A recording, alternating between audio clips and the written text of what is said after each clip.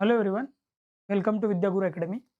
तर राज्यसेवा मुख्य जी आहे, जी एम-पी-सी मेन्स म्हणतो आपण, त्याचा GS1चा जो पेपर आहे, त्याचा आपण आज पूर्ण सिलेबस जो आहे, म्हणजे जे 3 कंपोनंटमध्ये डिव्हाईड झालेला GS1चा सिलेबस आहे. हिस्ट्री म्हणजेच इतिहास, इंडियन सोसायटी म्हणजेच भारतीय समाज आणि जिओग्राफी म्हणजे भूगोल. या 3 कंपोनंटमध्ये कसा सिलेबस डिव्हाईड झालेला आहे, त्यासोबतच सिलेबस बघताना आपल्याला 2025 ची जी मुख्य परीक्षा झालेली आहे, त्यामध्ये प्रश्न जे आलेले आहेत, ते सिलेबसच्या कोणत्या घटकामधून आलेले आहेत. म्हणजे तुम्हाला तिथे मी एक पॅरलल दाखवून देईल, की हा सिलेबसचा पॉइंट आहे आणि याला डायरेक्टली एम-पी-एस-सीने प्रश्न विचारलेला आहे. म्हणजे एम-पी-एस-सीचा सिलेबस जर का तुम्ही व्यवस्थित अभ्यास केला, तो जर तुम्हाला व्यवस्थित कळाला, तर मला वाटते तुम्हाला मुख्य परीक्षा ही जास्त सोपी वाटेल आणि तुम्हाला अभ्यास करण्यासाठी जी आपण म्हणतो ना, की एक करेक्ट डायरेक्शन पाहिजे, की आपल्याला काय करायचं नक्की. कारण हिस्ट्री करायला गेलं तर किती मोठा सिलेबस आहे.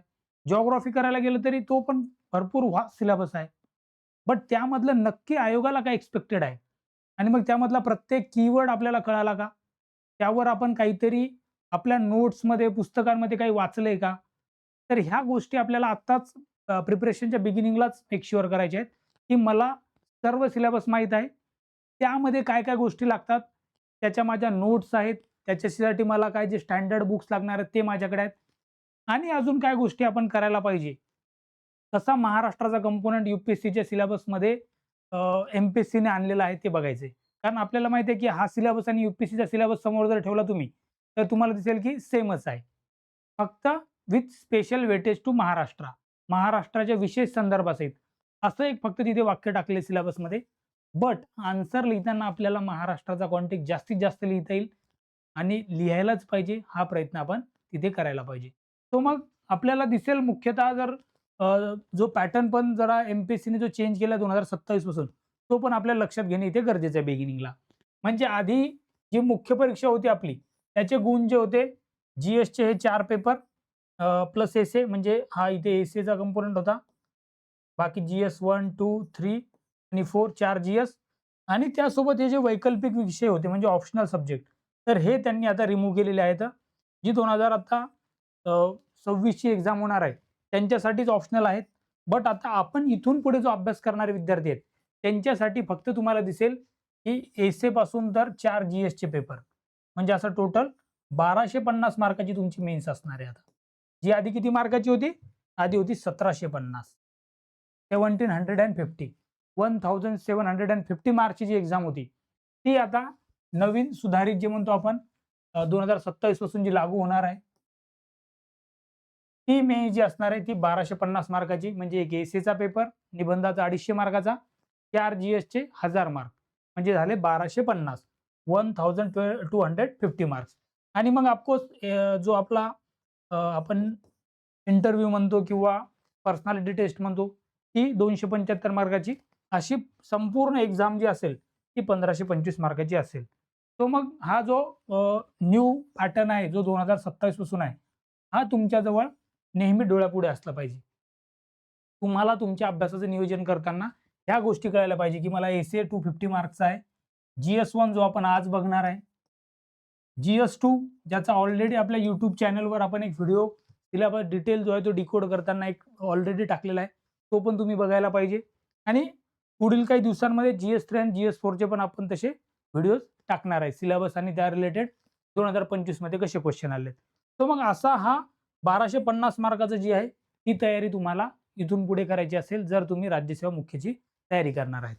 ओके. तो मग जी-एस-1 सामान्य अध्ययन 1 आहे. यामध्ये 3 कंपोनंट आहेत बघा. फर्स्ट जो आहे त्याला आपण म्हणणार हिस्ट्री. सेकंड कंपोनंट जो आहे तो सोसायटीचा. त्यातही मोस्टली फोकस जो आहे तो इंडियन सोसायटीवर आहे. आणि थर्ड कंपोनंट जिओग्राफी. असा ओव्हरऑल जो आहे जी-एस-1 चा सिलेबस एम-पी-एस-सीने डिव्हाईड केलेला आहे.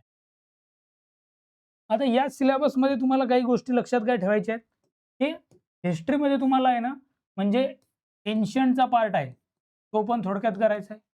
मोस्ट फोकस जो आहे तो मॉडर्नच्या पार्टवर आहे, आधुनिक भारताचा. आणि मग थोडासा जो काही एखादा प्रश्न विचारला जातो, वर्ल्ड हिस्ट्रीवरही विचारला जातो. बट यामध्ये इम्पोर्टंट कंपोनंट कोणतं लक्षात ठेवायचं तुम्हाला? That is modern Indian history. Modern Indian at the same time आपण एम-पी-एस-सी करतो, लक्षात ठेवायचं. तर महाराष्ट्राचा इतिहास. या दोन्ही गोष्टींवर त्यांनी फोकस केलेला आपल्याला आतापर्यंत दिसून येतो. एन्शियंटमध्ये पण दोन्ही इंडियन पण असेल आणि महाराष्ट्राचा पार्ट पण असेल. फोकस आपल्याला करायचा आहे. प्राचीन असेल त्यामध्ये जसं आर्ट अँड कल्चरचा भाग पण म्हणू शकतो आपण. म्हणजे एन्शियंट आणि मिडिव्हल दोन्ही गोष्टी आहेत. इथे मिडिव्हल जरी लिहिलं तरी चालेल तुम्ही. बट या कंपोनंटमध्ये जो पार्ट येतो जास्त, तो आपण म्हणू शकतो की आर्ट अँड कल्चर, की जे काही कलात्मक भाग आहे किंवा मग ज्या काही आपली भक्ती मूव्हमेंट आहे त्याचा पण सिलेबसमध्ये पार्ट आहे, ज्यामध्ये वारकरी संप्रदायावर डायरेक्ट क्वेश्चन येऊन गेला 2025 मध्ये. कारण हे खूप महत्त्वाचं आहे. तर मग हे कंपोनंट आपण डिटेलमध्ये बघणार आहे. इंडियन सोसायटीमध्ये पण दिसेल तुम्हाला की कशी डायव्हर्सिटी आहे तो कंपोनंट. त्यानंतर विमेन रिलेटेड इश्यू असतील महिलांचे. ग्लोबलायझेशन जागतिकीकरणाचा इम्पॅक्ट काय झाला आहे भारतीय समाजावर. Globalisation and its impact on the Indian society. आता आपल्याला माहिती आहे की महाराष्ट्रात जवळपास 50% पर्यंत शहरीकरण झालेलं आहे. इंडियन सोसायटीमध्ये अर्बनायझेशन हा स्पेशल पॉइंट आहे. की अर्बनायझेशन आणि त्याचे इम्पॅक्ट काय झालेले आहेत वेगवेगळे. मग त्यामध्ये स्थलांतरण असेल, मायग्रेशन, जे स्लम, ते एरिया, रोजगाराचा प्रश्न, ह्या गोष्टी पण तिथे आपण चांगल्या प्रकारे स्टडी करणार आहे. त्यानंतर दिसेल तुम्हाला महत्त्वाचा पार्ट जिओग्राफी. जिओग्राफीमध्ये पण तुम्हाला दिसेल की फिजिकल जिओग्राफी, ज्यामध्ये सगळ्या व्यवस्थित ज्या काही म्हणजे आपण म्हणतो की माउंटेन सिस्टीम काय आहे, पर्वते, डोंगर रांगा असतील, रिव्हर सिस्टीम असेल नद्या, हे त्या फिजिकलच्या पार्टमध्ये आपण स्टडी करणार आहे. आणि इथे वर्ल्ड फिजिकलमध्ये वर्ल्ड जिओग्राफीचा पण पार्ट येऊन जातो तिथे. त्यानंतर एक जिओग्राफीमध्ये महत्त्वाचा कंपोनंट आहे रिसोर्सेस, की जे काही वेगवेगळे रिसोर्सेस आहेत, मिनरल्स असतील, व्हेजिटेबल्स असतील, फॉरेस्ट असतील वेगवेगळ्या टाईपचे, त्याचं डिस्ट्रिब्युशन कसं झालेलं आहे जगामध्ये. त्या कंपोनंट इव्हन इंडस्ट्रीज असतील, की ज्या रॉ मटेरियल जे असते म्हणजे ॲग्रीकल्चरपासून येणार असेल, दुसरे कोणते मिनरल्स आणि त्यापासून येणारं रॉ मटेरियल असेल, त्यानुसार मग इंडस्ट्रीज कशा डिस्ट्रिब्यूट झाल्या जगामध्ये, तो पार्ट असेल. अँड थर्ड जो आहे तो स्पेसिफिक ज्या काही फेनॉमेना म्हणतो आपण, की वेगवेगळ्या म्हणजे त्याच्यामध्ये एक्झाम्पल द्यायचं तर आपल्याला देता येईल सायक्लोन किंवा मग अर्थक्वेक, भूकंप जे म्हणतो आपण, फ्लड असतील. ह्या अशा गोष्टी तिथे आपल्याला सिलेबसमध्ये दिलेल्या आहेत. तर हे कंपोनंट आपण डिटेलमध्ये सिलेबसमध्ये कसे दिलेले ते बघणार आहे. सो मग coming to the history part, first जो आहे तो हिस्ट्रीचा पार्ट. इथे ब्रॉडली तुम्हाला सिलेबस दिसेल बघा. पहिल्यांदा मी पूर्ण सिलेबसचे काय मुद्दे आहेत ते बघूयात आणि मग एक-एक आपण डिस्कस करणार आहे. फर्स्ट पार्टमध्ये तुम्हाला इंडियन कल्चर. आता इंडियन कल्चरमध्ये तुम्हाला तेच सांगितलंय मी, की एन्शियंट आणि मिडिव्हलचा जास्त पार्ट येतो. त्यामध्ये बघा आर्ट फॉर्म, लिटरेचर, आर्किटेक्चर आणि ते एन्शियंट टू मॉडर्न टाईमचे जास्त आपल्याला दिसतात. बट आपल्याला क्वेश्चन जे येतात ते एन्शियंट आणि मिडिव्हलवर जास्त येतात आर्ट फॉर्ममध्ये. जर का तुम्ही यूपीएससीचे बघितले आणि या वर्षीचा एमपीएससीचा पेपर जरी बघितला, सेम सिलेबस आहे. बट फोकस कुठे असतो प्राचीन आणि मध्ययुगीन भागातला जे काही आर्किटेक्चर असेल, तेव्हाचं साहित्य असेल किंवा अदर जे आर्ट फॉर्म्स असतील वगैरे. देन भक्ती मूव्हमेंट हा स्पेसिफिक टू द एमपीएससी सिलेबसमध्ये आपल्याला पॉइंट दिसेल तो. हा यूपीएससीमध्ये असा स्पेसिफिकली वेगळा मेन्शन केलेला नाहीये. तर मग भक्ती मूव्हमेंटमध्ये reference to the Sant movement आणि संतमध्ये मग आपण जे म्हणतो आपला वारकरी संप्रदाय, तो आपल्याला खूप महत्त्व आहे. म्हणजे ज्ञानेश्वर माऊली असतील त्यापासून तर ज्ञानदेवे रचिला पाया आणि तुका झालासे कळस. मग ते पूर्ण संत एकनाथ महाराज, नामदेव महाराज, बहिणाबाई हे सर्व आपल्याला तिथे माहीत असणे गरजेचे वारकरी संप्रदायामध्ये. देन मॉडर्न इंडियन हिस्ट्रीमध्ये आणि हा तर सर्वजण प्रिपेअर करतातच म्हणजे अभ्यास सुरू केला की आपण मॉडर्न इंडियन हिस्ट्रीपासून स्टार्ट करतो. तो पार्ट आपल्याला दिसेल तिथे आहे. फ्रीडम स्ट्रगल ह्या दोन्ही गोष्टी जवळपास सेमच आपण अभ्यास करतो, की जो 18व्या शतकापासून तर स्वातंत्र्यापर्यंत 1947 पर्यंत जो आपण अभ्यास करतो, त्यामध्ये मग जो फ्रीडम स्ट्रगल म्हणजे स्वातंत्र्य लढा आहे, त्याच्यात मग वेगवेगळे ज्या पर्सनॅलिटीज आहेत, डिफरंट पार्टमध्ये कशा झालेल्या आहेत, पर्सनॅलिटीज काय आहेत, हे आपण सोबतच अभ्यास करत असतो. तर तो आपल्याला हिस्ट्रीमध्ये पार्ट दिसतो. देन पोस्ट इंडिपेंडन्स, की स्वातंत्र्यानंतर काय-काय झालेल्या गोष्टी आहेत. मग त्यामध्ये रिऑर्गनायझेशन ऑफ द स्टेट असेल, वेगवेगळे राज्य एकत्रित कसे आलेत आणि एक कंपोनंट दिसते हिस्ट्री ऑफ द वर्ल्ड आणि त्याच्यात बरेच मग म्हणजे फ्रेंच रिव्होल्यूशन असेल, अमेरिकन रिव्होल्यूशन असेल, वर्ल्ड वॉर असतील, असे मेजर टॉपिक आपल्याला तिथे करावे लागतील. तो असा हिस्ट्रीचा आपल्याला दिसेल सिलेबस. तर फर्स्ट मग आता आपण एक-एक हिस्ट्रीचा पॉइंट बघूयात. त्यामध्ये तुम्ही काय अभ्यास करायला एक्सपेक्टेड आहे ते बघूयात आणि त्यासोबत मग कसे प्रश्न येतात त्यावर ते पण थोडक्यात बघूयात आपण, की एमपीएससी कशा टाईपचे प्रश्न विचारते. कारण ते जर प्रश्न तुम्हाला माहीत असतील, तरच तुम्ही चांगल्या प्रकारे अभ्यास करू शकता. अदरवाईज काय होऊन जातं, की हिस्ट्रीला सर्वजण म्हणतात, की हा इतका मोठा सब्जेक्ट आहे, की तो संपतच नाही. बट मेन्ससाठी मला वाटते तो संपू शकतो. जर तुम्ही स्मार्ट वेने अभ्यास केला तर. तर मग इथे बघा तुम्हाला दिसेल इंडियन कल्चर आणि मग salient aspect of the art form, literature आणि आर्किटेक्चर. आता यामध्ये जनरली प्रश्न कशा टाईपचे येतात, की तुम्हाला काय माहीत पाहिजे? आता आर्ट फॉर्म्समध्ये काय असते, की तेव्हा जे समजा आता लिटरेचर म्हणजे साहित्य आहे समजा. आता साहित्य म्हणजे काय असणार आहे? आता भक्ती मूव्हमेंट तर वेगळं दिलेलं आहे, पण तरी साहित्यामध्ये संतांचं साहित्य असेल, की ज्ञानेश्वर महाराजांनी लिहिली ज्ञानेश्वरी, त्याबद्दल काय आहे त्याच्यात फिलॉसॉफी, तुकाराम महाराजांची तुकाराम गाथा, हे महाराष्ट्र स्पेसिफिक. इंडिया रिलेटेड जे आर्ट फॉर्म असेल इंडियन कल्चरमध्ये, त्यामध्ये साहित्यामध्ये काय येणार, की कालिदासांनी काय लिहिलेलं आहे, की मग तेव्हाचे जे काही वेगवेगळे आपले स्पेस टेक्नॉलॉजीबद्दल ज्यांनी ॲस्ट्रॉनॉमीबद्दल लिहिलेलं आहे. मग वराहमिहीर असतील, अ, यांची जी पुस्तकं आहेत वगैरे, ते साहित्याचा भाग आपल्याला इथे थोडा माहीत पाहिजे. ओके. सो मेघदूत सारखे मोठे-मोठे इपिक आहेत किंवा मग जे आपण तमिळ म्हणतो. तमिळ लिटरेचर जे आहे, त्याच्यात जे काही संगम लिटरेचर म्हणलं जाते, त्याबद्दल थोडक्यात आपल्याला माहीत पाहिजे. तर मग महाराष्ट्रातील संतांचं साहित्य असेल, तमिळमधलं संगम साहित्य असेल किंवा मग कालिदास आणि त्या टाईमचे जे काही वेगवेगळे महान व्यक्ती होऊन गेले आहेत, त्यांचे जे काही वेगवेगळे हे असतील, ते थोडक्यात माहीत पाहिजे आपल्याला. सेम आता आर्ट फॉर्म्समध्ये आपण म्हणू शकतो, की आर्ट आणि आर्किटेक्चरमध्ये हे एकत्रच आपण स्टडी करायला पाहिजे ॲक्चुअली. यामध्ये काय-काय करणार तुम्ही? Suppose for example temple architecture कसं आहे? की मंदिर शैली वगैरे कशी आहे? जी आपण नॉर्थ इंडियामधली म्हणतो ती नगर किंवा नागरा मंदिर शैली म्हणतो. त्याच्यानंतर द्रविड साउथ इंडियामधली जी काही शैली आहे त्याला द्रविडा म्हणतो आपण. आणि या दोघींचाही ज्यामध्ये कॉम्बिनेशन आहे, की नॉर्थची जी नगरा टेम्पल शैली आहे आणि साऊथची जी काही द्रविड आहे, त्याचं कॉम्बिनेशन असलेली कोणती तर वेसारा स्टाईल. तो मग त्याचं बेस्ट एक्झाम्पल म्हणजे जे महाराष्ट्रामध्ये आपल्याला कैलास टेम्पल दिसते. जे कैलास टेम्पल आहे संभाजीनगरमध्ये स्थित. तर ते कैलास टेम्पल जे आहे, ते त्याचं बेस्ट एक्झाम्पल आहे कॉम्बिनेशन ऑफ बोथचं. तसे मग बाकीकडेही तुम्हाला बरेच दिसतील. जसं मग आपल्याला मंदिर शैलीमध्ये साउथ इंडियामध्ये तामिळनाडूमधले खूप चांगले-चांगले मंदिर आहेत. तंजाऊर असेल किंवा कर्नाटकमधलं हंपी असेल. याबद्दल थोडक्यात आर्ट आणि आर्किटेक्चर फॉर्ममध्ये तुम्हाला माहीत पाहिजे. यासोबतच आता आर्ट फॉर्ममध्ये म्युझिक पण म्हणू शकता तुम्ही. की म्युझिकमध्ये मग शास्त्रीय संगीत जे आहे, त्याच्यामध्ये मग आपलं क्लासिकल म्युझिक जे आहे, त्यामध्ये साउथ इंडियामधलं वेगळं आहे. त्याला कर्नाटिक म्युझिक म्हणतो आपण. हिंदुस्थानी म्युझिक जे आहे ते नॉर्थ इंडियामध्ये मोस्टली झालंय. तर मग असं म्युझिकमधलं हिंदुस्थानी असेल आणि साउथ इंडियामधलं कार्नाटिक असेल. ह्या गोष्टी थोडक्यात तुम्हाला इथे अभ्यासाव्या लागतील.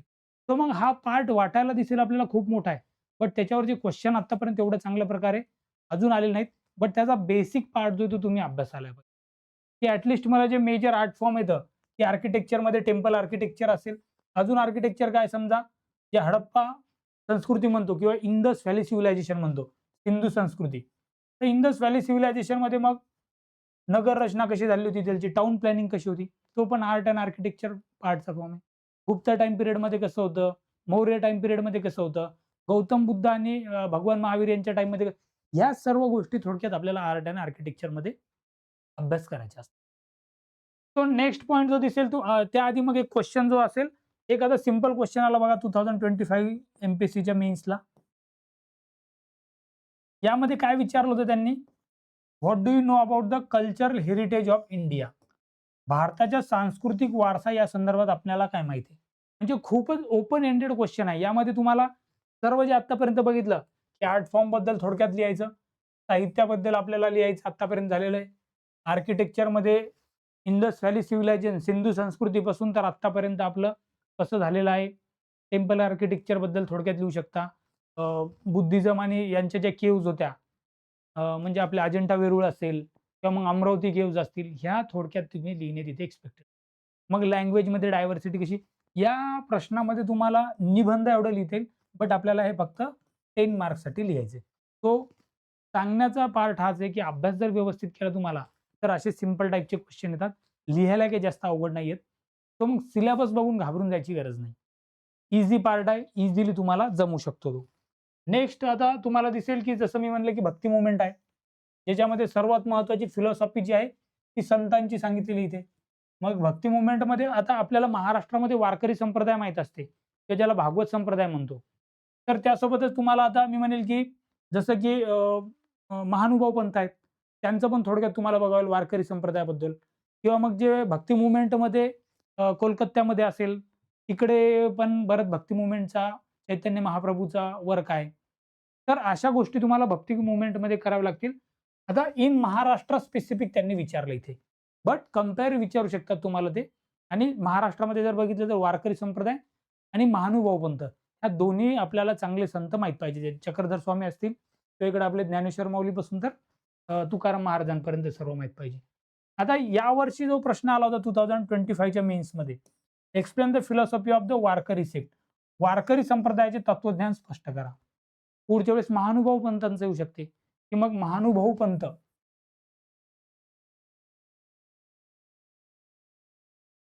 यांची फिलॉसॉफी काय आहे ते सांगा. आणि मग चक्रधर स्वामी असेल, त्यांची फिलॉसॉफीपासून त्यांचं साहित्यामध्ये मराठी भाषेमध्ये किती कॉन्ट्रिब्युशन आहे, ह्या गोष्टी आपल्याला तिथे विचारल्या जाऊ शकतात. नेक्स्ट पॉइंट दिसेल मॉडर्न इंडियन हिस्ट्री. त्याच्यामध्ये मग 18th सेंच्युरी पासून तर प्रेझेंट टाईमपर्यंत म्हणजे डायरेक्ट आपण म्हणू की 2026 पर्यंत हा मोठा टाईम दिलेला आहे मॉडर्नचा. त्यामध्ये काय-काय वेगवेगळे इव्हेंट जे झालेले आहेत, वेगवेगळ्या पर्सनॅलिटीज आहेत आणि वेगवेगळे तेव्हा झालेले इश्यूज आहेत. या 3 पिलर भोवती आपल्याला मॉडर्न इंडियन हिस्ट्री दिसेल. तर मग क्वेश्चन म्हणून तुम्हाला कळेल की कशा टाईपचा आपल्याला अभ्यास करायचा आहे. बघा प्रश्न काय दिसेल तुम्हाला? लेबर मूव्हमेंट विचारली त्यांनी, कामगार चळवळ आणि 1914 पासून तर 1947 पर्यंतच्या टाईम पिरियडमध्ये विचारलेली. तर मग यामध्ये वेगवेगळ्या ज्या लेबर मूव्हमेंट झाल्या होत्या, मग कम्युनिस्ट पार्टी पण त्यामधूनच आपल्याला आलेली दिसते कामगार चळवळीतून. आणि मग वेगवेगळ्या ज्या काही पॉलिटिकल पार्टी होत्या त्यांच्या असोसिएटेड बऱ्याच कामगार चळवळी पण होत्या. मग बऱ्याचदा दिसेल तुम्हाला सरदार वल्लभभाई पटेल असतील, नेहरूजी असतील, मग त्याच्यानंतर स्वामी सहजानंद यांनी वेगवेगळ्या ठिकाणी मग ज्या लेबर मूव्हमेंट होत्या, त्याची लीडरशिप केली दिसते. म्हणजे जे बऱ्यापैकी नावं आपल्याला माहीत होते, जर तुम्ही वाचला इतिहास थोडा तर.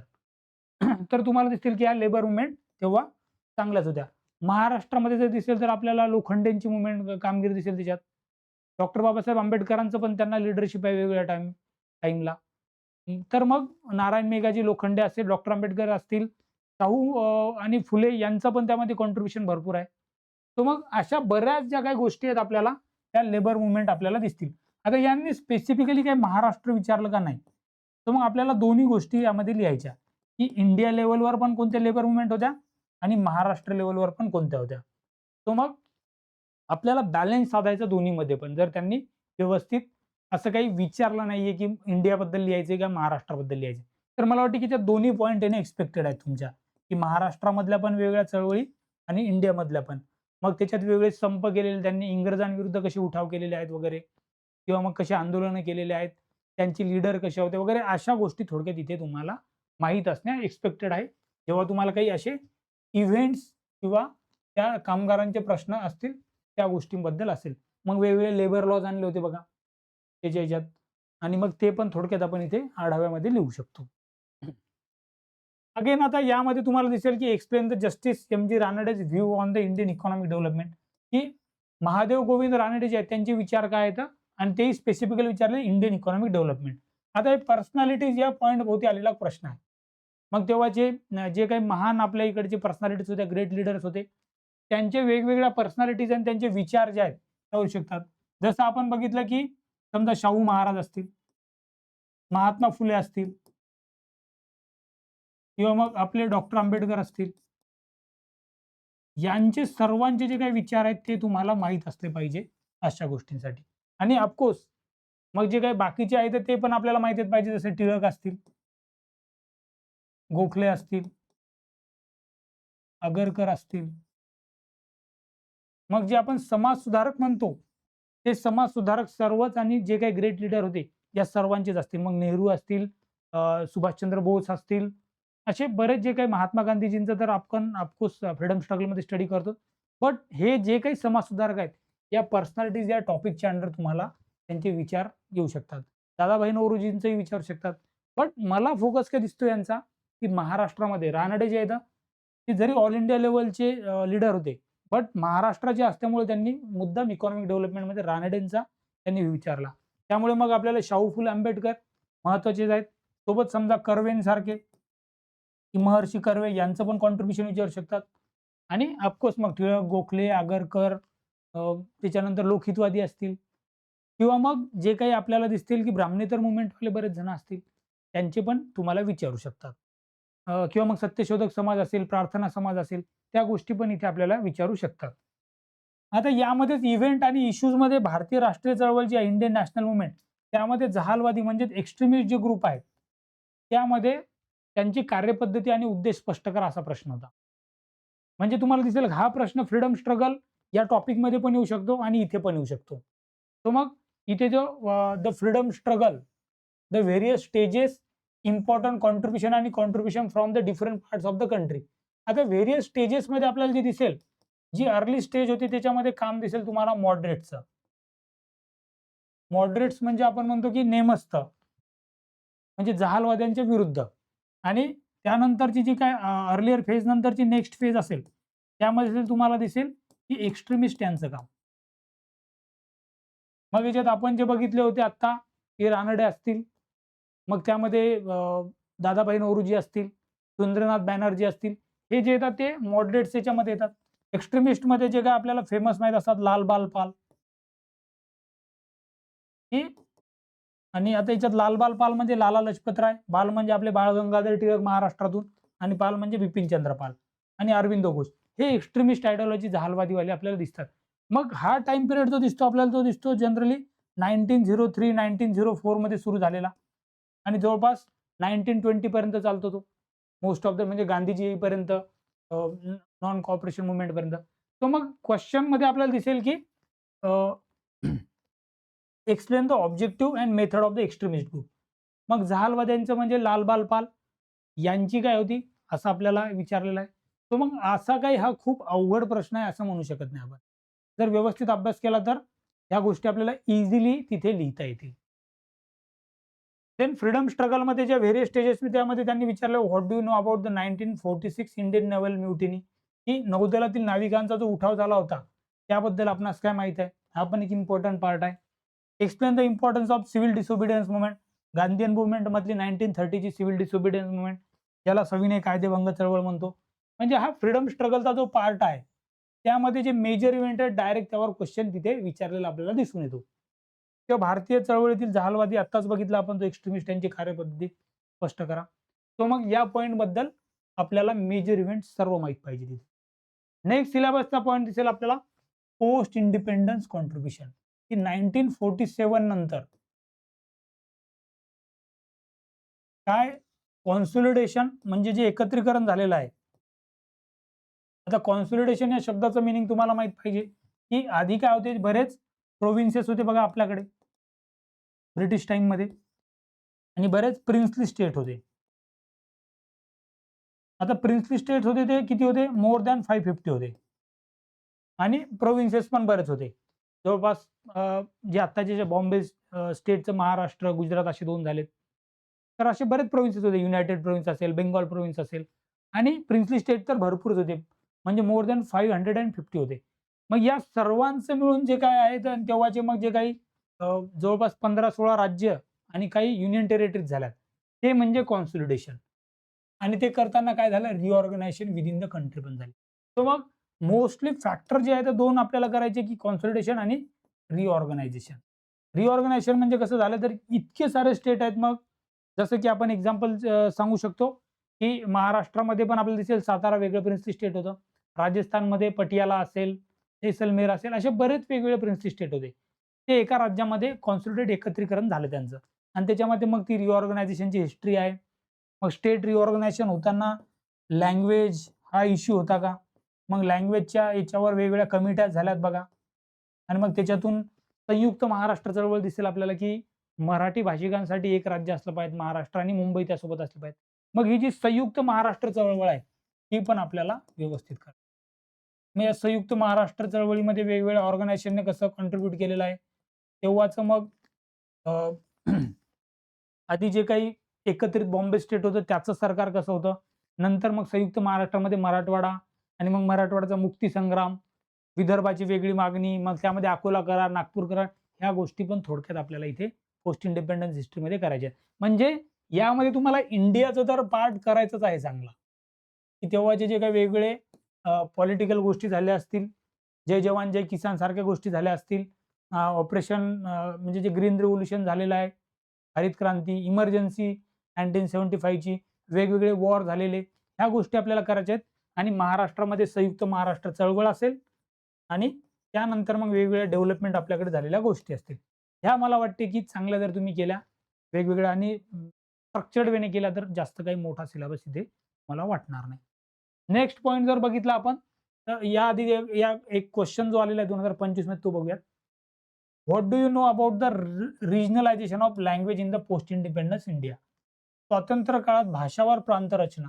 आणि मग जसं बघितलं आपण की त्याच्यात मग वेगवेगळे जे काही कमिटी आल्या तर किंवा वेगवेगळे जे काही कमिशन्स आलेले आहेत त्यांचा रोल, मग त्यामध्ये आपण म्हणूयात की एक धार कमिशन येऊन गेलेलं आहे स्टार्टिंगला. त्यांनी मग भाषावर प्रांताबद्दल काय म्हणलं. त्यानंतर JVP कमिटी होऊन गेली होती बघा, ज्याच्यामध्ये 3 मेंबर होते, जवाहरलाल नेहरू होते, वल्लभभाई पटेल होते आणि पट्टाभी सीतारामय्या होते, जे गांधीयन होते. यांची मग कमिटी होऊन जाते. आणि त्यानंतर मग जे काही फजल अली कमिशन म्हणतो आपण, हे आपल्याला व्यवस्थित माहीत पाहिजे. आणि मग यांची फिलॉसॉफी काय होती, वेगवेगळे तेव्हाचे नॅशनल लीडर होते त्यांची फिलॉसॉफी काय होती. आणि मग त्याहून जो ऍक्ट आला स्टेट रिऑर्गनायझेशन ऍक्ट 1956 चा, आणि त्यानुसार मग तेलुगू भाषिकांसाठी आंध्र प्रदेश, मराठी भाषिकांसाठी महाराष्ट्र, तेलुगू भाषिकांसाठी तमिळनाडू, गुजराती भाषिकांसाठी गुजरात, अशी जी काही भाषावार प्रांत रचना झालेली आहे त्याबद्दल आपल्याला इथे थोडक्यात लिहायचं आहे पोस्ट इंडिपेंडंट. म्हणजे बघा तुम्ही सिलेबसचा पॉइंटला डायरेक्ट त्यांनी रिऑर्गनायझेशनला कनेक्ट करून इथे क्वेश्चन विचारलेला तुम्हाला दिसून येईल तिथे. ओके. नेक्स्ट आता आपण जर का बघितलं तर हिस्ट्री ऑफ द वर्ल्ड आहे. हा पॉइंट आता दिसायला खूप मोठा, अभ्यास करायला अनएंडिंग आहे. बट मला वाटते जर MPSC सारखी एक्झाम असेल तर आपण एखादा प्रश्न येतो तर जास्त खूप डेप्थमध्ये जायची गरज नाही. मेजर पॉइंट इथे करून ठेवायला पाहिजे. आणि UPSC मध्ये पण बऱ्याचदा तसंच केलं जाते. म्हणजे आतापर्यंत जे प्रिपरेशनमध्ये किंवा जे सिलेक्ट झालेले विद्यार्थी पण असतील UPSC मध्ये, त्यांनी पण वर्ल्ड हिस्ट्रीमध्ये जास्त काही डिटेलमध्ये केलेलं नाही आणि आपणही तिथे मोजकंच करायला पाहिजे. त्यामधले फक्त आपल्याला काही पॉइंट्स आहेत ते बघून घेऊयात आपण. जसं इंडस्ट्रियल रिव्होल्यूशन आहे आणि मग स्टीम इंजिन पासून तर मग कसं पुढे वाढत आलेलं आहे आणि मग वेगवेगळ्या इंडस्ट्रीज आल्यात, तो पार्ट इथे आपल्याला स्टडी करायचा आहे. वर्ल्ड वॉर जे असेल, वर्ल्ड वॉर 1 असेल, वर्ल्ड वॉर 2 असेल, रिड्रॉवल ऑफ द नॅशनल बाउंड्रीज, मग तिथे युरोपचं जे रिड्रॉवल झालेलं आहे आणि मग कशा बाउंड्री तिथे झालेल्या आहेत त्याबद्दलचा पार्ट आहे थोडा. कोलोनायझेशन आणि डिकोलोनायझेशन हा इम्पॉर्टंट पार्ट आहे, कारण यामध्ये आपण इंडिया, साऊथ एशियामधल्या वेगवेगळ्या कंट्रीज किंवा आफ्रिका सारख्या कंट्रीमध्ये तिथे पण वेगवेगळ्या ज्या काही कॉलोनियल मास्टर होते, म्हणजे पोर्तुगीज असतील, स्पॅनिश असतील, डच असतील, इंग्रज असतील, त्यांनी जे कोलोनायझेशन केलं होतं आणि तिथून मग जे स्वातंत्र्याचा लढा असेल, जसं साऊथ आफ्रिकेचा आपल्याला माहित असतो, कारण गांधीजी तिथून काम करूनच आले होते भारतामध्ये नंतर. तर मग असे जे काही हिस्ट्री आहे ती थोडक्यात आपल्याला ही इम्पॉर्टंट पार्ट राहणार आहे आपल्याला. देन पॉलिटिकल फिलॉसॉफीज, मग त्याच्यात कम्युनिझम काय, कॅपिटलिझम काय, सोशलिझम काय, त्यांचं फॉर्म आणि त्याचा सोसायटीवर काय परिणाम झालाय, हे थोडक्यात आपल्याला वर्ल्ड हिस्ट्रीच्या पार्टमध्ये बघायचं आहे. आता या रिलेटेड एक क्वेश्चन दिसेल तुम्हाला आलेला. What do you know about the imperialism in Asia and Africa? की साम्राज्यवाद जो होता, मग जसं मी तुम्हाला सांगितलं की पोर्तुगीज असतील, डच असतील, स्पॅनिश असतील किंवा इंग्रज असतील, त्यांनी साम्राज्यवाद कसा केला होता आणि तो सगळीकडे जसा भारताचा जसा थोड्या बहुत प्रमाणात एशिया आणि आफ्रिकामध्ये पण तसाच होता, त्यावर आपल्याला लिहायचं आहे. तर मग वर्ल्ड हिस्ट्रीवर असा स्ट्रेट फॉरवर्ड क्वेश्चन विचारलेला आहे त्यांनी, या पॉइंट भोवती रिव्हॉल्व होणारा. म्हणजे आपल्याला वर्ल्ड वॉर चांगले करायचे, इंडस्ट्रियल रिव्होल्यूशनचा एक चांगला टॉपिक करून ठेवायचा. म्हणजे वर्ल्ड हिस्ट्री आपल्याला थोडंसं छोटंच ठेवायचं प्रिपेअर करा. सो हा सर्व जो काही सिलेबस होता हा होता हिस्ट्री या कंपोनंटचा. म्हणजे हिस्ट्री कंपोनंटमध्ये आपण एन्शियंट म्हणजे आर्ट अँड कल्चर पासून modern history, freedom struggle, post independence history आणि मग हा वर्ल्ड हिस्ट्रीचा पार्ट, असे पॉइंट्स आपण हिस्ट्रीच्या सिलेबसमध्ये बघितले. नाऊ आता इंडियन सोसायटी जो आहे GS1 मध्ये, यामध्ये जे मेजर सिलेबसचे पॉइंट आहेत ते बघूयात आपण कोणकोणते आहेत. तर यामध्ये तुम्हाला दिसेल की बघा 5 मुद्दे आहेत. फर्स्ट आहे salient feature of Indian society, त्यामध्ये डायव्हर्सिटी ऑफ इंडिया, की भारतीय समाज आणि त्याच्यात डायव्हर्सिटी कशी आहे, मग ती लिंग्विस्टिक असेल, कास्ट असेल, रिलिजियस असेल, जेंडर वाईज असेल, या वेगवेगळ्या प्रकारे डायव्हर्सिटी आहेत आपल्याकडे. इथनिसिटीच्या असतील, रिजनल व्हॅल्यूजच्या असतील, साऊथ, नॉर्थ, वेस्ट, ईस्ट आणि नॉर्थ ईस्ट वगैरे अशा.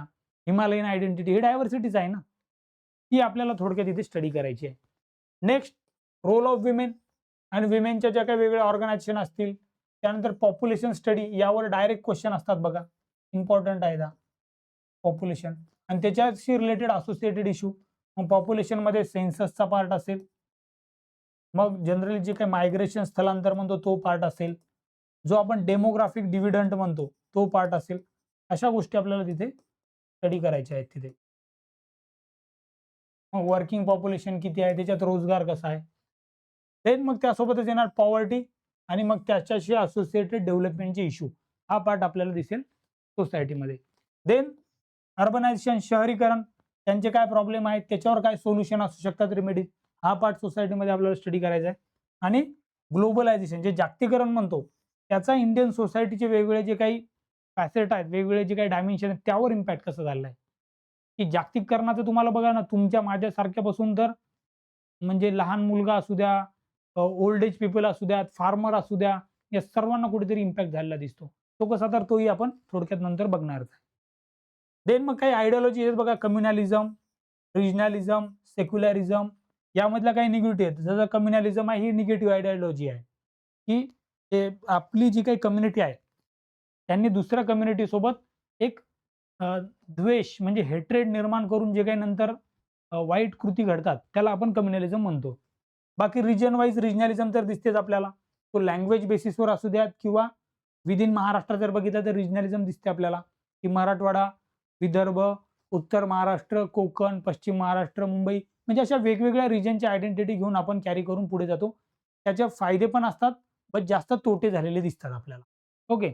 तो मग काही प्रमाणात ती रिजनल आयडेंटिटी असणे चांगलं पण आहे. तो प्रादेशिक अभिमान बाळगणे चांगली गोष्ट आहे. परंतु त्याचा अतिरेक जेव्हा होतो, तेव्हा मग त्याच्यातून कम्युनॅलिझम सारखे आणि मग वेगवेगळे जे काही हेट्रेड आहे, डिव्हिजन आहे सोसायटीमध्ये, ती निर्माण झालेलं आपल्याला दिसते. देन सेक्युलरिझम, धर्मनिरपेक्षवाद किंवा मग सोशल एम्पॉवरमेंट. हे इंडियन सोसायटीचे आपल्याला 5 पॉईंट दिसतात. त्याभोवती आपण एक-एक पॉईंट घेऊन आपण कसे क्वेश्चन आले ते पण डिस्कस करू. तर मग फर्स्ट पार्ट जो दिसेल, salient feature of Indian society. मग इंडियन सोसायटीमध्ये जे काही वेगवेगळं आहे, मग समजा आता मेजर पार्ट जे आहेत, की विमेनचा इश्यू आपल्याला दिसेल, चिल्ड्रन असतील, ओल्ड एज पीपल असतील, त्याच्यानंतर वेगवेगळ्या जे काही रिलिजन असतील, कारण हा डायव्हर्सिटीचा पण पार्ट आहे बघा. रिलिजन आल्यानंतर आपल्याला दिसेल कास्ट सिस्टीम असेल, इथनिसिटी सारखा ग्रुप असेल, लँग्वेज असेल बघा डायव्हर्सिटीमध्ये, रेस असू शकते वेगळी. देन डायव्हर्सिटी ऑफ इंडियामध्ये आपल्याला अजून वेगवेगळ्या प्रकारच्या डायव्हर्सिटी, जसं रिजनल डायव्हर्सिटी असेल. या रिजनमध्ये पण मग वेगवेगळ्या प्रकारचे स्टेटनुसार असेल, विदिन स्टेट असेल. या अशा वेगवेगळ्या प्रकारच्या डायव्हर्सिटी आपल्याला इथे दिसून येतील इंडियन सोसायटीमध्ये. ते आपल्याला त्यांचे सेलियंट फीचर काय आहेत, त्याचं प्रपोर्शन कसं आहे, ह्या गोष्टी आपल्याला इथे स्टडी करायच्या आहेत. आता याबद्दल तुम्हाला क्वेश्चन दिसतील बघा. Explain the diversity in Indian society. Explain the provision made by the Indian constitution to establish the unity in diversity. आता बघा, ही आपण जी डायव्हर्सिटी बघितली, religious, caste, ethnicity, language, but constitution मध्ये तुम्हाला दिसेल की इक्वॅलिटी बिफोर लॉ, आर्टिकल 14. सर्वांना एकत्र हे म्हणजे कायदे सर्व समोर सर्व समान, इक्वल प्रोटेक्शन ऑफ लॉ पण आणि इक्वॅलिटी बिफोर लॉ पण आहे. हे कॉन्स्टिट्यूशन मध्ये प्रोव्हिजन आपल्याला डायरेक्ट माहिती आहे. किंवा आर्टिकल 15-16 असतील. हे आर्टिकल 15 तर डायरेक्ट म्हणजे prohibition of discrimination on the basis of religion, race, caste, sex किंवा प्लेस ऑफ बर्थ. काही जरी असेल तर त्याच्या विरुद्ध तुम्ही डिस्क्रिमिनेशन करू शकत नाही. किंवा मग अनटचॅबिलिटी असेल, आर्टिकल 17, प्रोहिबिशन ऑफ अनटचॅबिलिटी. आर्टिकल 16 मध्ये जी इक्वल अपॉर्च्युनिटी देते एम्प्लॉयमेंटमध्ये. आर्टिकल 25 पासून तर 28 पर्यंत आणि आर्टिकल 29-30 हे डायव्हर्सिटी प्रोटेक्ट करणारे, फ्रीडम कशाचं देते, रिलिजनचं. हे मायनॉरिटी राईटसाठी आहेत, बरोबर. रिजनल जे काय आहे त्याच्यासाठी पण वेगवेगळ्या आयडेंटिटी आणि मग त्याचे डिस्प्यूट रिझोल्युशन करण्यासाठी वेगवेगळ्या इंटरस्टेट काउन्सिल असेल, ह्या कॉन्स्टिट्यूशन मध्ये प्रोव्हिजन्स आहेत. तर मग या सर्व प्रकारच्या प्रोव्हिजन ज्या आहेत किंवा मग महिलांसाठी पण आता रिझर्वेशन आणतो आपण नारी शक्ती, चिल्ड्रन आणि यांच्यासाठी पण आपण वेगवेगळ्या गोष्टी आहेत. ओल्ड एज पीपलसाठी पण आपल्याला दिसेल की direct to principle state policies आहेत. तो मग डायव्हर्सिटी आणि तुम्हाला कॉन्स्टिट्यूशन याचं दोन्हीचंही नॉलेज थोडंसं इथे लागणार आहे to deal with this type of the question, की भारतीय समाजातील विविधता स्पष्ट करून संविधानात काय काय दिलेलं आहे एकता प्रस्थापित करायला. यासाठी थोडं कॉन्स्टिट्यूशनचं पण नॉलेज तुम्हाला इथे एक्सपेक्टेड आहे. नेक्स्ट आता भारतीय लोकसंख्येचं स्वरूप कसं, इंडियन पॉप्युलेशन आणि इम्पॉर्टन्स काय पॉप्युलेशन स्टडीजचा. मग त्या डेमोग्राफिक ट्रान्झिशन स्टडी असेल किंवा मग ओव्हरऑल सेन्ससचा अभ्यास असेल, की त्याच्यामध्ये मग वर्किंग पॉप्युलेशन किती आहे, ओल्ड एज किती आहेत, चिल्ड्रन किती आहेत, विमेनचं प्रपोर्शन किती आहे, रोजगारामध्ये वाटा किती आहे विमेनचा, जर त्यांचं प्रपोर्शन 50% पर्यंत आहे पॉप्युलेशनमध्ये बट रोजगारात वाटा का कमी आहे. तो मग अशा गोष्टी आणि मग जे डेमोग्राफिक डिव्हिडंड म्हणतो आपण तो भाग, डेमोग्राफिक ट्रान्झिशन थेरीमध्ये मग वेगवेगळ्या स्टेजमधून पॉप्युलेशनचं जिथे एक्सप्लोजन होते आणि नंतर मग कसं डेव्हलप कंट्रीज सारखं तिथे स्टेबलाइज व्हायला लागते पॉप्युलेशन, ह्या सर्व गोष्टी आपल्याला तिथे बघायच्या आहेत. किंवा मग फर्टिलिटी रेट असेल, सेक्स रेशो असेल, लिटरसी असेल, ह्या सर्व गोष्टी ज्या आहेत पॉप्युलेशन स्टडीमधून आपण स्टडी करणार आहे आणि ते दिसेल आपल्याला डायरेक्ट सिलेबसच्या पॉईंटमध्ये पण या पॉप्युलेशन या घटकामध्ये. Role of women, women organisation सोबत पॉप्युलेशन आणि त्याच्यासोबतचे असोसिएटेड इश्यू, म्हणजे या भोवती डायरेक्ट क्वेश्चन एमपीएससीने विचारलेला आहे. म्हणजे एमपीएससी काय करताना दिसते आपल्याला मेन्समध्ये सिलेबसचा एक पॉइंट पकडतात ते आणि डायरेक्ट त्यावर क्वेश्चन विचारतात. सिलेबसमध्ये कीवर्ड आहे तर तो आपल्याला तिथे क्वेश्चन एक ना एक विचारणार आहेत आणि तो आपल्याला लिहिता आला पाहिजे, हे तुम्हाला लक्षात घ्यायचं आहे अभ्यास करता. ओके. नेक्स्ट दिसेल तुम्हाला पॉवर्टी. आता पॉवर्टीवर यावर्षी तर क्वेश्चन नव्हता बट पॉवर्टी हा प्रिलिम्सला खूप फेवरेट क्वेश्चन आहे, मेन्सला पण येऊ शकतात. मग वेगवेगळे जे इंडेक्स आहेत पॉवर्टीचे, जसं ह्युमन डेव्हलपमेंट इंडेक्स असेल, मल्टी डायमेन्शनल पॉवर्टी इंडेक्स असेल, देन अदर डेव्हलपमेंटल इश्यूमध्ये जे काही डेव्हलपमेंटसाठी वेगवेगळ्या स्कीम्स असतील, ह्या गोष्टी मला वाटते थोड्याशा तुम्ही चांगल्या करायला पाहिजे. पॉलिसी असेल, स्कीम असेल, जे आपण GS2 मध्ये पण चांगल्या प्रकारे करतो. किंवा मग वेगवेगळ्या पॉवर्टीसाठी ज्या काही कमिट्याज आहेत, तेंडुलकर कमिटी असेल, रंगराजन कमिशन असेल, वायकी अलग असतील, प्लॅनिंग कमिशनच्या वेगवेगळ्या आल्या असतील, अहवालिया वगैरे कमिट्या, ह्या थोडक्यात आपल्याला माहीत असल्या पाहिजे. त्याच्या सॉल्व्ह करण्यासाठी गव्हर्नमेंटने काय काय पॉलिसी आणि स्कीम काढलेल्या आहेत. मग डायरेक्ट बेनिफिट ट्रान्सफर असेल किंवा मग गरीब कल्याण योजनेसारख्या योजना असतील, डायरेक्ट बेनिफिट ट्रान्सफर, ह्या सर्व गोष्टी आपण व्यवस्थित करायला पाहिजे. किंवा मग लाडकी बहीण योजना, ती पण पॉवर्टी आणि त्यालाच डेव्हलपमेंट इश्यूला डील करणारी आहे महाराष्ट्रातली. तर मग अशा काही ज्या योजना आहेत ह्या पण योजना आपण, किंवा मग आत्ताच रिसेंटली आलेली श्रावणबाळ योजना वगैरे, अशा योजना पण करायला पाहिजे आपण व्यवस्थित. So this is all about the role of women आणि पॉप्युलेशन स्टडीच्या सिलेबस पॉईंट. देन आता अर्बनायझेशन आणि त्यांचे प्रॉब्लेम काय, तर डायरेक्ट क्वेश्चन दिसेल बघा तुम्हाला मुंबईवर आला की Mumbai is one of the industrial and economically develop city of India, discuss the causes and reason. या इंडस्ट्रियल आणि इकॉनॉमिक डेव्हलप का झालेलं आहे, तर आता हा जो क्वेश्चन आहे हा 2 पॉईंटवर आलाय बघा. एक तर अर्बनायझेशन हा सोसायटी मधला पार्ट आणि जिओग्राफीमध्ये जे काही कधी कधी ह्युमन जिओग्राफीचा पार्ट येतो, त्या दोन्हीलाही एकत्रित करणारा हा क्वेश्चन दिसेल. ह्युमन जिओग्राफी किंवा इकॉनॉमिक जिओग्राफी जी म्हणतो आपण, याला टच करणारा हा प्रश्न आहे, या कॉम्बिनेशन ऑफ बोथ. मग एखादा प्रश्न असा पण असेल की सिलेबसच्या वेगवेगळ्या पॉइंटला टच करणारा असू शकतो, की Mumbai is one of the industrial and economic develop city of India, त्याचे कॉजेस काय. कॉजेसमध्ये तर राईट फ्रॉम ब्रिटिश टाइम आहे आपल्याला दिसेल ती, की मग ती बेटांचं शहर, तिथे रॉ मटेरियल, राजधानीची सिटी आणि हिस्टॉरिकल रिझन आणि करंट कंटेम्पररी रिझन पण तुम्ही देऊ शकता त्याला. आणि मग त्याचे रिझन आणि कॉजेस दिल्यानंतर तुम्हाला थोडेसे डिस्कस करताना तर क्रिटिकल भाग पण देता येईल आपल्याला तिथे. कसं आता थोडंसं इंडस्ट्रियल जे आहे तो पार्ट दुसरीकडे जातोय, जसं गिफ्ट सिटी गेली गुजरातमध्ये वगैरे, त्या गोष्टी पण आपल्याला तिथे मांडता आल्या पाहिजे. ओके. नेक्स्ट क्वेश्चन आता इफेक्ट ऑफ ग्लोबलायझेशन, जागतिकीकरण जो म्हणतो आणि इंडियन सोसायटीवर त्याचा इम्पॅक्ट. क्वेश्चन बघा 2025 मध्ये काय आला होता त्यावर. Explain the process of globalisation, म्हणजे ग्लोबलायझेशन काय आहे, जागतिकीकरण, ते तुम्हाला हे करायचं फर्स्ट पार्ट मध्ये एक्सप्लेन. देन त्याचे इम्पॅक्ट काय झालं ते ऍग्रिकल्चर क्लास स्ट्रक्चरवर. आता आपल्याला वाटेल की यार ग्लोबलायझेशनचा डायरेक्ट ऍग्रिकल्चरवर पण खूप जास्त इम्पॅक्ट झालेला आहे. सर्वात महत्त्वाचं म्हणजे जे प्रोडक्ट असतात बघा ऍग्रिकल्चर मधून आलेले, जे काही त्याचं आपण म्हणूयात की प्रोडक्शन होते आणि मग त्याच्यावर जो काही इम्पोर्ट एक्सपोर्टचा जो काही परिणाम होतो, की कांदाची आयात निर्यात कमी झाली, जास्त झाली, त्याचा इम्पॅक्ट काय होणार आहे. आपल्या इकडची जी काही केळी असेल, आंबा असेल आपला हापूस आंबा किंवा आता बऱ्याचदा तुम्हाला दिसेल की द्राक्ष त्याची शेती ती पण भरपूर आहे किंवा मग ओव्हरऑल स्ट्रॉबेरी सारखी शेती. ह्या वेगवेगळ्या ॲग्रीकल्चर मधल्या ज्या काही गोष्टी आहेत, त्याचा इम्पॅक्ट डायरेक्ट होतो इम्पोर्ट आणि एक्सपोर्टहून. म्हणजे जागतिकीकरणामुळे जी बाजारपेठ खुली झालेली आहे ॲग्रीकल्चर क्लासला, त्याचे फायदे पण आहेत आणि तोटे पण आहेत. आणि मग त्यासोबत मग WTOचा रोल हा जसा आपण GS3 मध्ये स्टडी करतो, बट इथे ग्लोबलायझेशनमुळे आपल्याला थोडक्यात प्रत्येक जर का त्यांनी विचारलं की इंडियन सोसायटीच्या वेगवेगळ्या पार्टवर, की याचा समजा आता चिल्ड्रनवर काही परिणाम झालाय का? कन्झ्युमरवर काही परिणाम झालेला आहे का? मिडल क्लासवर काही परिणाम झालेला आहे का? ओव्हरऑल इंडियन सोसायटीमध्ये कसा परिणाम झाला? बघा आपण मूव्हीज हॉलिवूडची बघतो ग्लोबलायझेशनमुळे. कपडे आपले मोस्टली जे आहेत ते इन्फ्लुअन्स होतात वेस्टर्न कंट्रीजमुळे. आपलं खाणं-पिणं जरी बघितलं तुम्ही आता आणि आता नवीन पिढीमध्ये तर जास्त दिसतो प्रकार तो, की जे वेस्टर्न प्रॉडक्ट्स आहेत मग पिझ्झा, बर्गर, वेगवेगळे जे कोल्ड ड्रिंक्स आहेत, हे काही इंडियन नसून ते ग्लोबलायझेशनचा इम्पॅक्ट आहे आपल्या सोसायटीवर झालेला. तसंच मग मिडल क्लास त्यांचे जे काही प्रत्येक गोष्टीमध्ये आपण वेस्टर्न गोष्टी एकत्रित आणि आपल्या लाईफस्टाईलमध्ये आणण्याचा प्रयत्न करतो. तर तो ग्लोबलायझेशनचा इम्पॅक्ट आहे. मग तो ॲग्रीकल्चर क्लासवर असेल, कधी वर्कर क्लासवर असेल, कधी इंडस्ट्रीवर असेल, कधी MNCजवर असेल मल्टीनॅशनल कंपनी. तर मग असा पार्ट आपल्याला इथे स्टडी करायचा इन द सोसायटी. नेक्स्ट सिलेबसचा पॉइंट दिसेल आपल्याला सोशल एम्पॉवरमेंट, कम्युनॅलिझम, रिजनलिझम आणि सेक्युलरिझम. तर याहून दिसेल तुम्हाला डायरेक्ट कम्युनॅलिझमवर प्रश्न आलेला.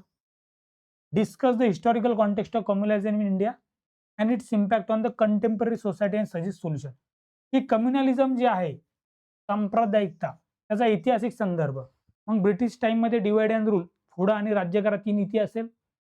हिस्टॉरिकली जे काही अतिक्रमण झाले आहेत भारतावर तो असेल, इन्व्हेजन्स जे म्हणतो आपण ते, किंवा मग पार्टिशनची हिस्ट्री असेल.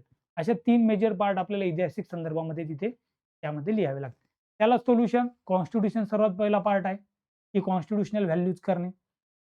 राजकारणामध्ये जे झालेलं आहे सांप्रदायिकता आणि त्याचा यूज तो कमी व्हायला पाहिजे आणि ओव्हरऑल मग बाकीच्या बऱ्याच गोष्टी आपल्याला तिथे लिहिता येतील. बट सिलेबसच्या पॉइंटनुसार आपल्याला दिसेल की क्वेश्चन आलेला आहे. बाकी अभ्यास करतो आपण डिटेलमध्ये नंतर करणारच आहे. नेक्स्ट आता दिसेल आपल्याला थर्ड कंपोनंट जो आहे सिलेबसचा GS1च्या, दॅट इज जिओग्राफी. आता जिओग्राफीमध्ये जर का आपण मेजर कंपोनंट बघितले तर 3 कंपोनंट आहेत बघा. फर्स्ट कंपोनंट जसं आपण बघितलं की फिजिकल जिओग्राफी. तो वेगवेगळे जे काही फीचर आहेत मग ते वर्ल्डमध्ये जाऊ द्यात किंवा भारतात जाऊ द्यात, फिजिकल जिओग्राफीचे काही कंपोनंट आहेत ते सेमच दिसतील आपल्याला, ते चेंज होणार नाही. सेकंड दिसेल आपल्याला नॅचरल रिसोर्सेस आणि त्यांचे डिस्ट्रिब्युशन कसं झालेलं आहे. मग त्याच्यामध्ये कोणते फॅक्टर रिस्पॉन्सिबल आहेत. मग प्रायमरी, सेकंडरी आणि टर्शरी सेक्टर जे आहे, जे आपण प्रायमरीमध्ये जे जनरली कृषी आणि कृषी आधारित, सेकंडरी म्हणजे मॅन्युफॅक्चरिंग किंवा इंडस्ट्री आणि टर्शरी म्हणजे जो आपण जनरली सर्व्हिस सेक्टर म्हणतो. याबद्दल पण आपल्याला कसं लोकेशन त्याचं डिसाईड झालेलं आहे. त्या इंडस्ट्रीज कशा झाल्या वेगवेगळ्या पार्टमध्ये आणि इंडियामध्ये, तो सेकंड पार्ट आहे आपला. थर्ड दिसेल इम्पॉर्टंट फेनॉमिना जे आहेत जिओग्राफीमधल्या, जसं अर्थक्वेक बघितलं, सुनामी असेल, व्होल्कॅनिक ॲक्टिव्हिटी असेल, सायक्लोन असेल, त्यांचे फीचर, त्यांचं लोकेशन कसं जिओग्राफीला हे होते आणि मग त्या रिलेटेड काही फ्लोरा, फॉना जे म्हणतो आपण, की ॲनिमल आणि जे प्लांट आहेत त्यांचं डिस्ट्रिब्युशन कसं झालं त्यांच्यावर काय इम्पॅक्ट होतो का, असा जिओग्राफीचा आपल्याला सिलेबसचे 3 कंपोनंट दिसतील. आता एक-एक कंपोनंट आपण बघूयात. त्यावर कसे क्वेश्चन आलेले आहेत ते पण थोडक्यात बघूयात. तर मग फर्स्ट पार्ट जो दिसेल आपल्याला, की वर्ल्ड जिओग्राफीमध्ये फिजिकल फीचर कसे आहेत.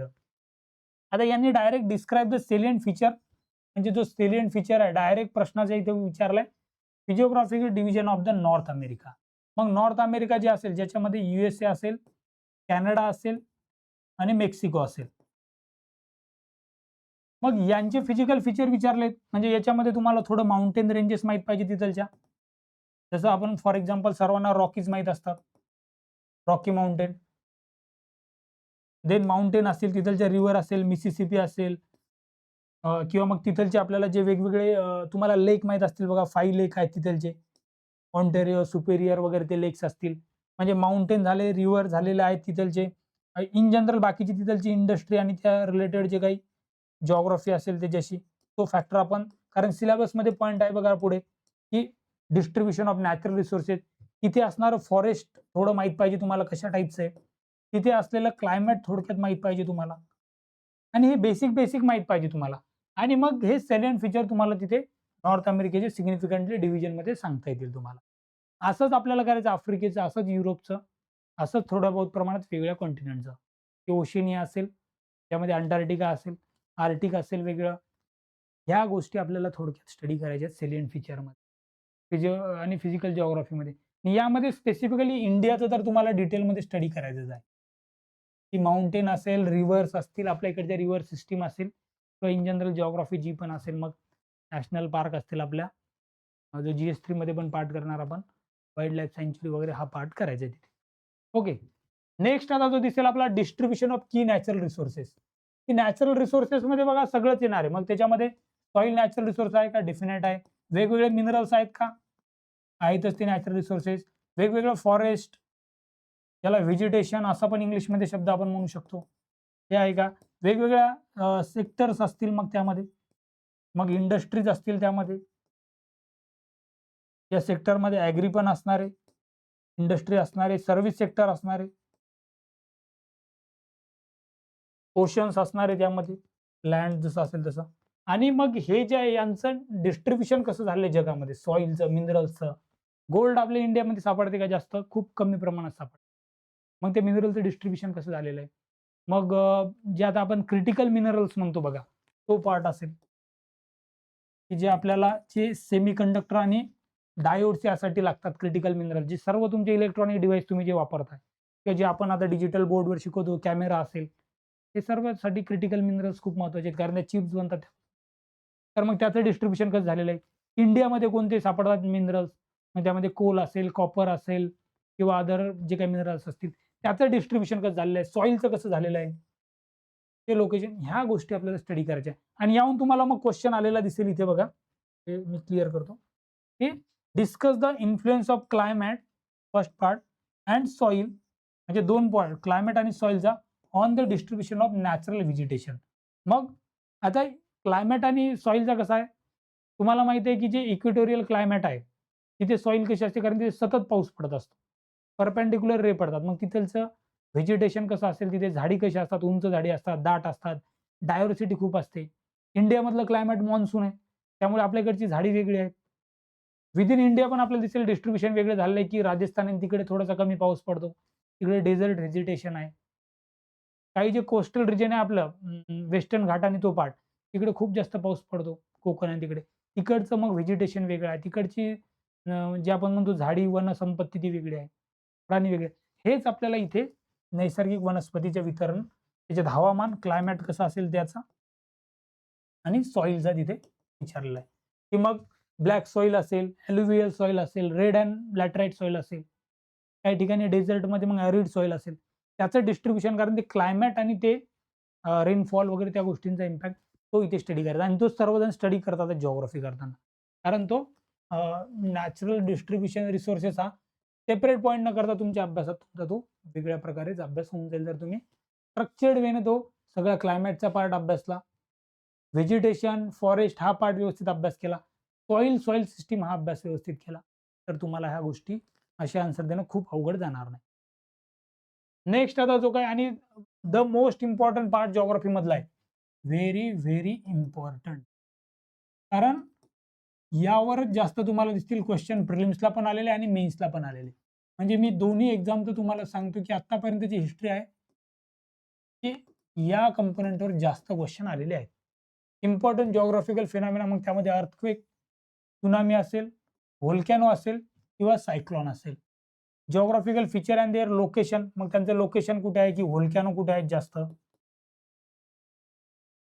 त्यानंतर समजा अर्थक्वेक हा कुठे जास्त होतो. आता तुम्हाला दिसेल, की काही अर्थक्वेक प्रोन झोन असतात.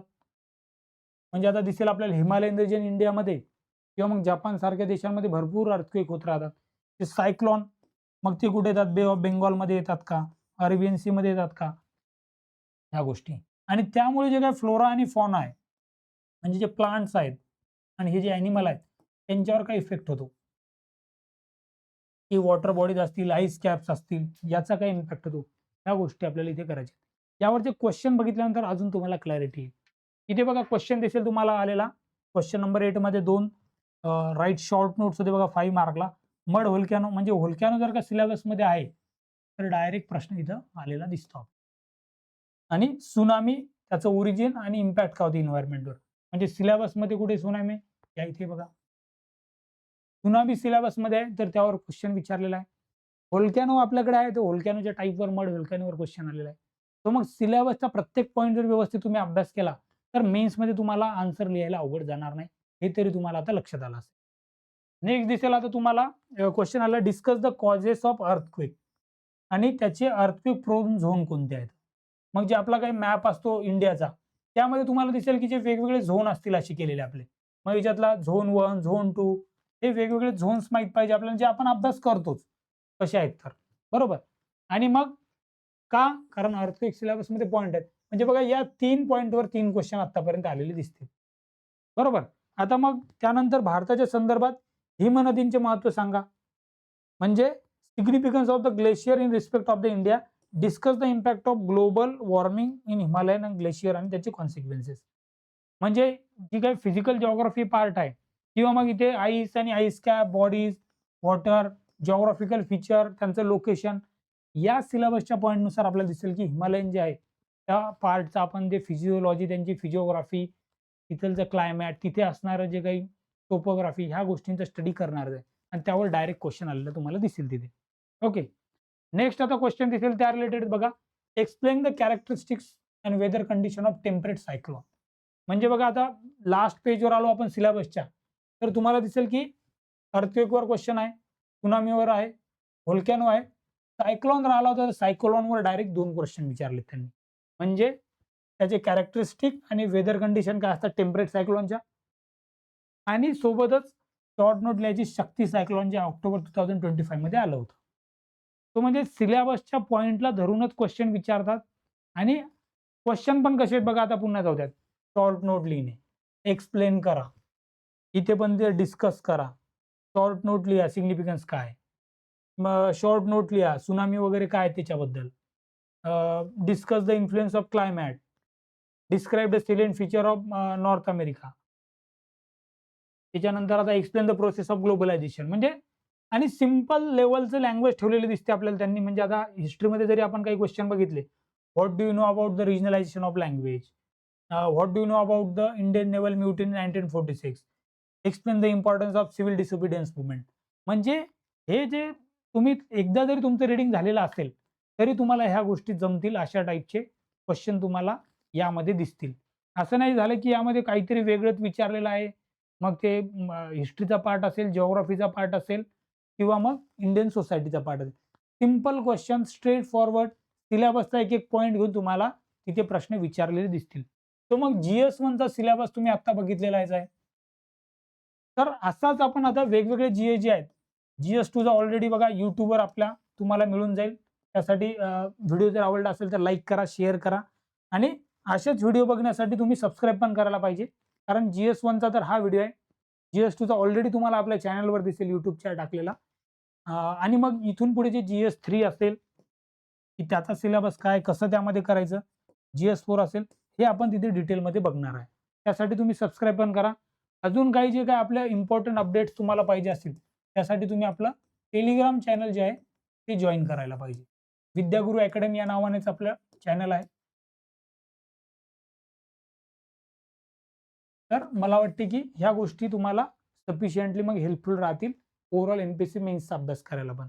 तो मग तुम्हाला दिसेल की आपल्या विद्यागुरु अकॅडमी चॅनलवर जर गेले तुम्ही, तर सबस्क्राईब करा तुम्ही. तुम्हाला दिसेल की बघा GS2चा व्हिडिओ आपण ऑलरेडी टाकलेला आहे. तो तर खूप डिटेलमध्ये टाकलेला आहे. त्यानंतर इथे GS4 ची स्ट्रॅटेजी जुईली जी सिलेक्टेड झाली UPSCमध्ये, तिने UPSC आणि MPSC दोन्हींना पण कशी उपयुक्त असू शकते एक GS4 ची स्ट्रॅटेजी. ती पण तिची स्वतःची स्ट्रॅटेजी आणि ती कसा अभ्यास करायचा ते सांगितलेलं आहे. बाकी GS4चा सिलेबसचा तर एक वेगळा व्हिडिओ आपण मी स्वतःच तिथे रेकॉर्ड करणार आहे.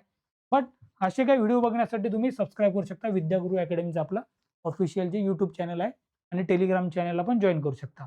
ओके. आता यासोबत थोडंसं बऱ्याचदा लोकांना एक असतो, की सोर्सेस कोणते वापरायचे ब्रॉडली. आता सोर्सेसमध्ये जे तुम्ही प्रिलिम्सला वापरणार ना, मला वाटते की त्याचाच थोडासा मेन्स ओरिएंटेड तुमच्या नोट्स असल्या पाहिजे. ते तुम्ही प्रिलिम्सला जे काही टेक्स्ट बुक वापरणार तुम्ही प्रत्येकाचं, त्याच्यात थोड्याशा mains oriented syllabus wise note निघायला पाहिजे तुमची. आता याचे जे आहे फॉर एक्झाम्पल तुम्हाला जसं हिस्ट्री असेल, हिस्ट्री हा खूप मोठा पार्ट आहे. त्याचे तुमचे टेक्स्टबुक असेल, यामध्ये फर्स्ट पार्ट जो असेल समजा स्टेट बोर्डची हिस्ट्रीचे बुक्स असतील. एन-सी-आर-टीज असतील बघा, एन-सी-आर-टीज पण वापरायला पाहिजे. मग हे मोस्टली आपण हिस्ट्री आणि जिओग्राफीसाठी तर वापरायलाच पाहिजे. बरोबर? त्यामधून आपल्याला जे काही अजून स्टँडर्ड काही जण जे बुक्स वापरतात, रेफरन्स बुक म्हणतो आपण. ते स्टँडर्ड बुकमधून पण प्रिलिमला वाचल्यानंतर मेन्सच्या जे आहे ते तुमच्या सिलेबस वाईज नोट्स तयार व्हायला पाहिजे. तर तुम्हाला त्याचा फायदा होऊ शकतो. आता राहतो एक वेगळा मुद्दा, तो म्हणजे इंडियन सोसायटी. आता इंडियन सोसायटी जो आहे त्याचे जे आहे ते जे 5 पॉइंट आहेत त्याच्या व्यवस्थित तुमच्या नोट्स असल्या पाहिजे. त्या कशा काढायच्या तुम्हाला कळत नसेल तर तुम्हाला आपल्या विद्यागुरूच्या टेलिग्रामवर पण त्या काही दिवसात मिळतील. किंवा तुम्ही झेरॉक्स सेंटरवर जरी गेलात आणि विद्यागुरूच्या नोट्स म्हणल्या तर बऱ्याच ठिकाणी त्या अवेलेबल आहेत. तर त्या तुम्ही झेरॉक्स करून त्या पण तुम्ही यूज करू शकता. महाराष्ट्राचं व्हॅल्यू एडिशन करू शकता, वेगवेगळे एक्झाम्पल्स वगैरे आहेत. बट मला वाटते की जे काही तुम्ही प्रिलिम्सला कंटेंट वापरलं हिस्ट्री आणि जिओग्राफीसाठी, तेच तुम्ही मेन्स ओरिएंटेड थोडंसं मेन्समध्ये एक्सप्लेन इम्पॉर्टन्स, त्याचे कॉजेस, त्याचे रिझन त्या इव्हेंटचे, हे थोडं-थोडं काढायला पाहिजे. ओके. सो मग अशा प्रकारे मला वाटते की GS1चा सिलेबस आणि त्याचे सोर्सेस आपण डिस्कस केलेत. अजून या रिलेटेड जर का काही तुम्हाला डाउट्स वगैरे असतील तर तुम्ही कमेंट करा. कमेंटमध्ये तुम्ही ज्या काही गोष्टी म्हणल्यात त्यावर जर मला वाटलं की अजून काही एक्सप्लेन करायचं राहिलेलं असेल किंवा अजून काही गोष्टी ज्या सांगायला पाहिजे त्यावर आपण एक नवीन व्हिडिओ बनवूयात. तर आपण इथे GS1च्या व्हिडिओमध्ये थांबूयात आणि भेटूयात in the new lecture with the new topic आणि न्यू व्हिडिओ. Thank you.